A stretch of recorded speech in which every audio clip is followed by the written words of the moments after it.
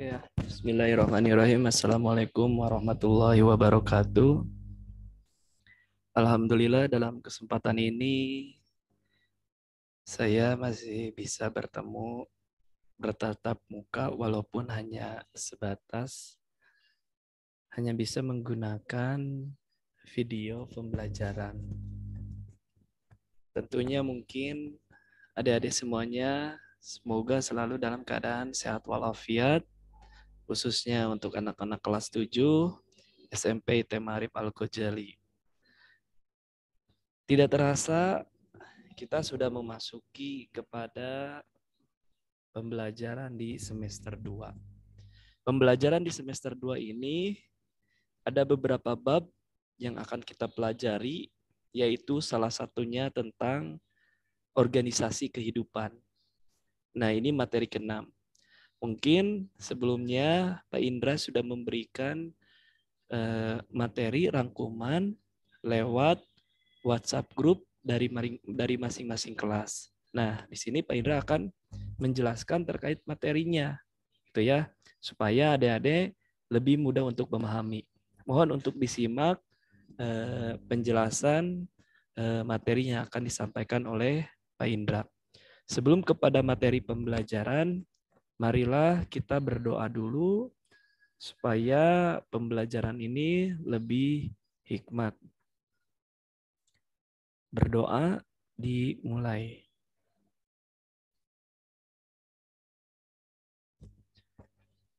Oke, berdoa selesai. Nah, selanjutnya kita lihat di sini sudah ada tampilan di monitor kalian atau di YouTube kalian tentang organisasi kehidupan. Ini adalah bab ke-6 di kelas 7, tepatnya di semester 2 yang akan dibahas adalah terkait dengan organisasi kehidupan.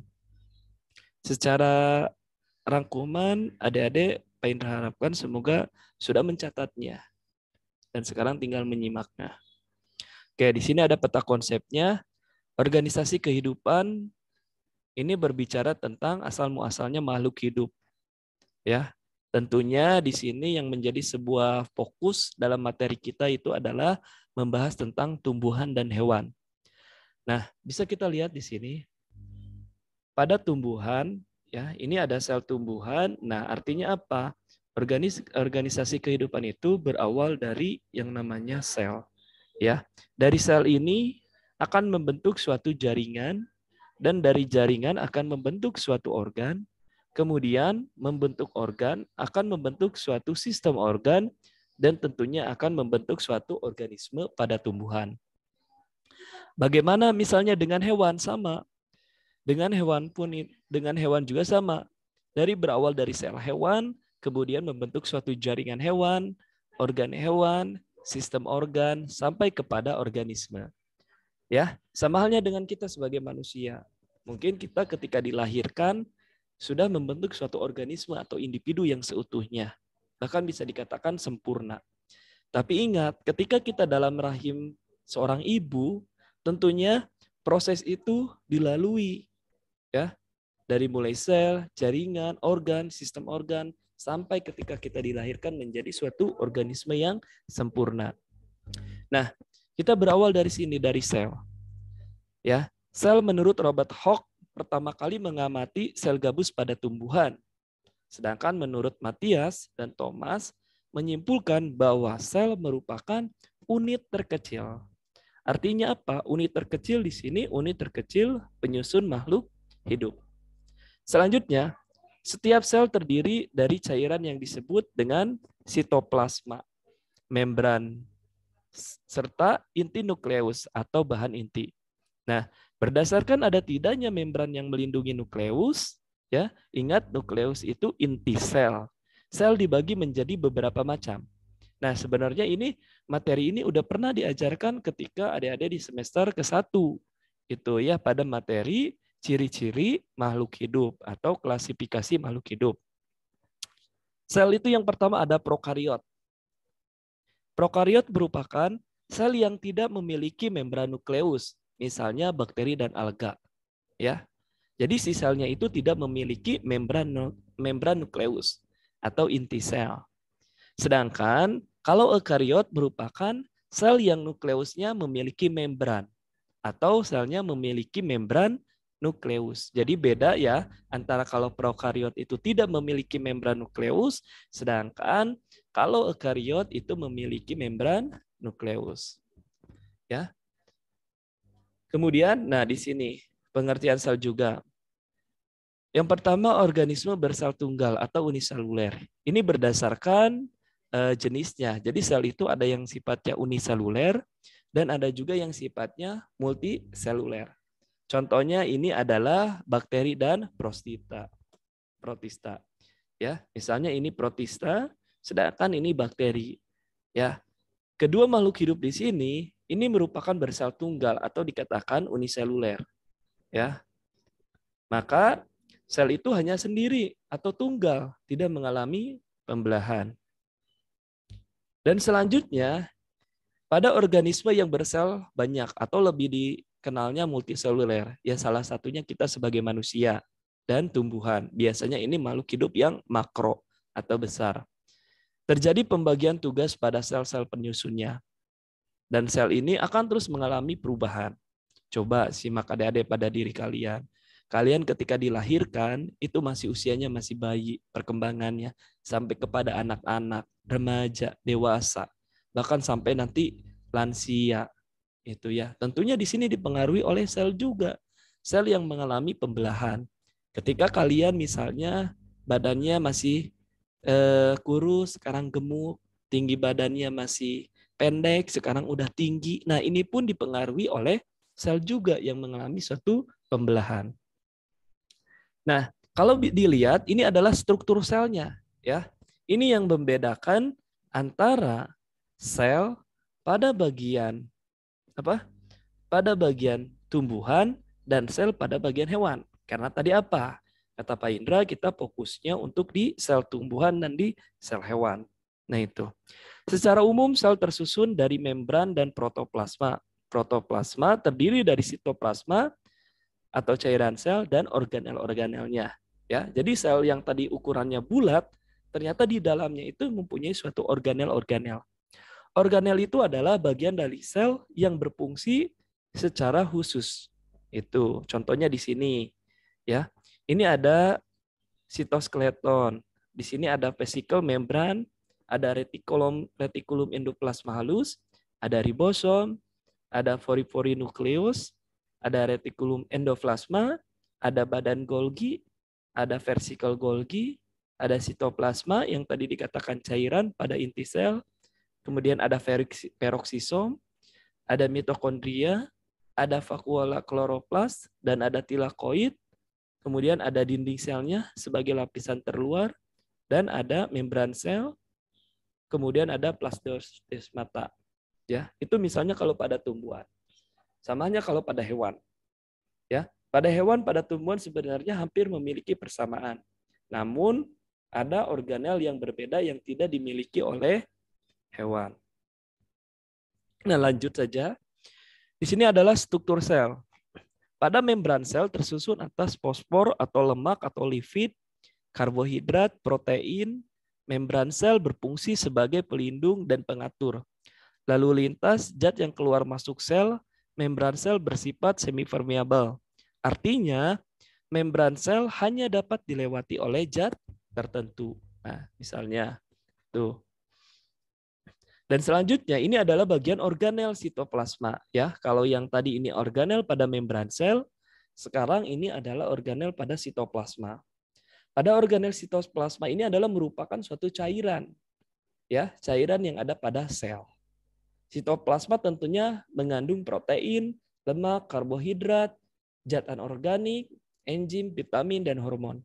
Nah, sekarang fungsi dari sitoplasma adalah tempat berlangsungnya reaksi metabolisme sel karena organel sel terdapat di sitoplasma ya. Nah, di sini ini cairannya. Sitoplasma itu cairan yang ada pada sel. Dilanjut ini nukleus. Nah, nukleus itu atau yang lebih dikenal dengan inti sel. Nukleus tersusun atas membran ya. Membran ini adalah lapisan sebenarnya. Kemudian ada cairannya tentunya di sini dan ada cairan intinya atau nukleosplasma. Kemudian ada juga bagian kromosomnya dan ada anak intinya. Cairan ini tersusun atas air, protein, dan mineral. Kromosom merupakan pembawa sifat menurun yang tersusun atas benang-benang kromatin, dan nukleus pun berperan dalam pembuatan komponen ribosom. Ya, ini pada bagian organel nukleus.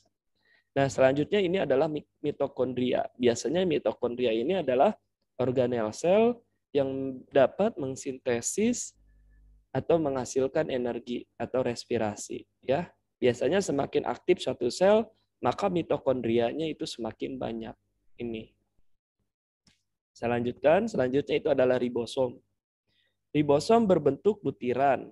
Ya, ribosom ada yang menempel pada membran retikulum endoplasma dan ada pula yang bebas di sitoplasma. Ribosom berfungsi dalam pembuatan sintesis pada protein. Artinya protein yang ada dalam tubuh kita itu dihasilkan juga oleh ribosom. Selanjutnya retikulum endoplasma. Ya, ini merupakan saluran atau penghubung. Ya, memang bentuknya ini sangat berliku-liku yang membentang dari inti sel menuju sitoplasma. Ada dua tipe, RE kasar dan RE halus. Pada RE kasar terdapat ribosom, sedangkan pada RE halus itu ditempeli ribosom. Ya, dan tentunya ribosom mempunyai peran. Di antaranya itu adalah perannya itu dibutuhkan oleh organel-organel sel lainnya. Kemudian badan Golgi. Nah, pada badan Golgi ini berbentuk seperti kumpulan kantong yang bertumpuk-tumpuk.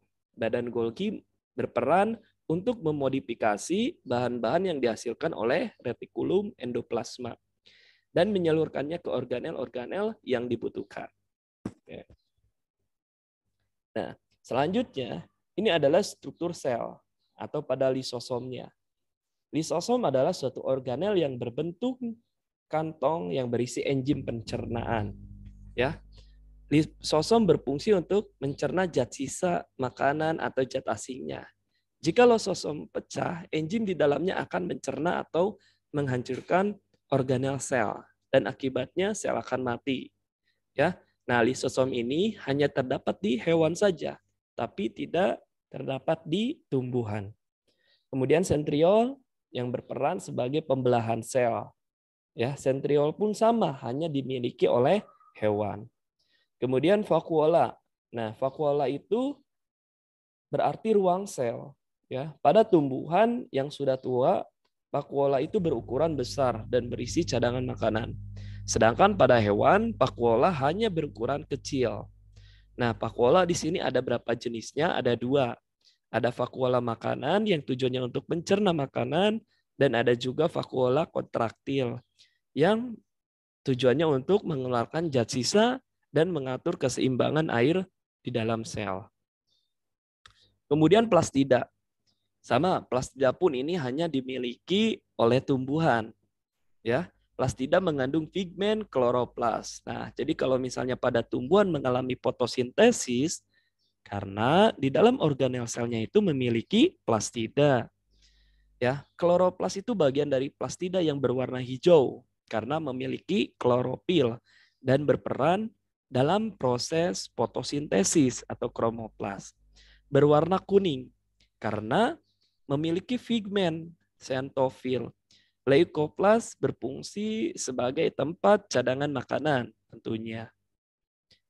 Kemudian dinding sel ini adalah merupakan lapisan atau organel sel yang ada pada bagian luar.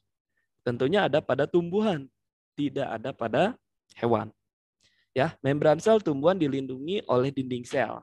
Selain melindungi sel, dinding sel juga menjaga bentuk sel tumbuhan tidak berubah atau tidak kaku. Ya. Nah, di sini dinding sel juga yang menyebabkan kenapa tumbuhan itu kuat, keras. Misalnya beda dengan manusia atau hewan. Manusia dengan hewan misalnya apabila mungkin ketusuk jarum bisa berdarah. Tapi beda halnya dengan tumbuhan. Tumbuhan itu struktur tubuhnya itu keras pada bagian batangnya atau akarnya ya karena mempunyai dinding sel. Nah, di sini kita lihat perbedaan antara sel hewan dan tumbuhan. Pada nukleus berfungsi sebagai reproduksi. Ada di sel hewan dan sel tumbuhan. Pada nukleus berfungsi sebagai sintesis ribosom, ada di hewan dan ada di tumbuhan.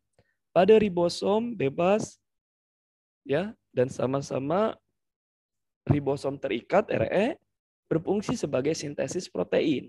Ini pun ada di tumbuhan dan ada di hewan semuanya. Kemudian pada RE tadi retikulum endoplasma halus dan retikulum endoplasma kasar berfungsi untuk mensintesis dan penyaluran bahan, semuanya ada di tumbuhan dan ada di hewan. Kemudian badan Golgi tujuannya untuk memodifikasi dan penyaluran produk RE ada di tumbuhan dan ada di hewan juga. Kemudian mitokondria sebagai penghasil energi atau respirasi ada di tumbuhan dan ada di hewan juga. Kemudian lisosom sebagai pencerna makanan. Nah, ini ada di hewan tapi tidak ada di tumbuhan. Kemudian kloroplas yang berfungsi sebagai fotosintesis. Fotosintesis ini tidak ada di hewan tapi ada di tumbuhan. Selanjutnya dinding sel sebagai pelindung ini tidak ada di hewan tapi ada di tumbuhan. Kemudian vakuola yang berfungsi sebagai penyimpanan makanan dan pengeluaran zat sisa ini ada di hewan dan ada di tumbuhan. Selanjutnya sentriol yang berfungsi sebagai pembelahan sel ini ada di hewan dan tidak ada di tumbuhan. Nah, jadi adik-adik harus tahu perbedaan antara sel hewan dengan sel tumbuhan. Nah, mungkin itu subbab materi pertama kita mengenai sel. Nah, selanjutnya kita akan melanjutkan kepada subbab selanjutnya mengenai jaringan, organ, dan sistem organ. Hanya itu yang dapat Bapak sampaikan. Ditutup saja. Wallahu muwaffiq ila aqwamit thoriq. Wassalamualaikum warahmatullahi wabarakatuh.